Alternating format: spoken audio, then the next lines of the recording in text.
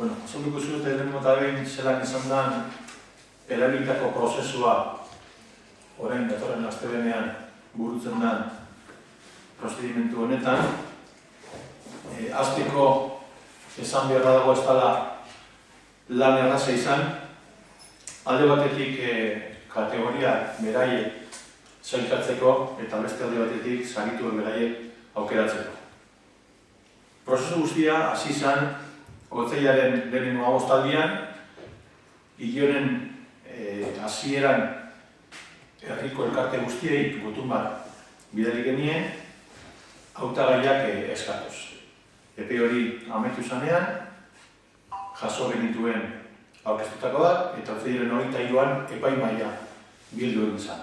Epaimahaia Getxon kultura munduan jakituna eta ezagutzen dutenen pertsonez osatutako taldea izan da.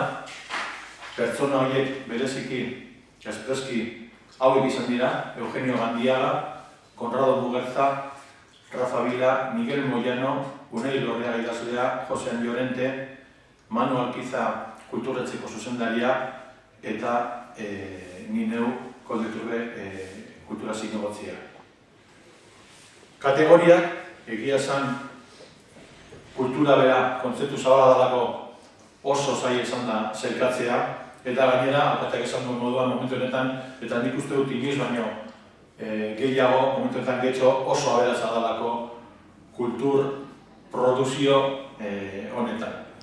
Beraz, zaila izan da sailkatzea eta zaila izan da ere bai aukeratzea. Saridunen meritoak niri azaltzea ere tokatzen zaizkit, lehenengo aurretik esan dako hau azalduko dut.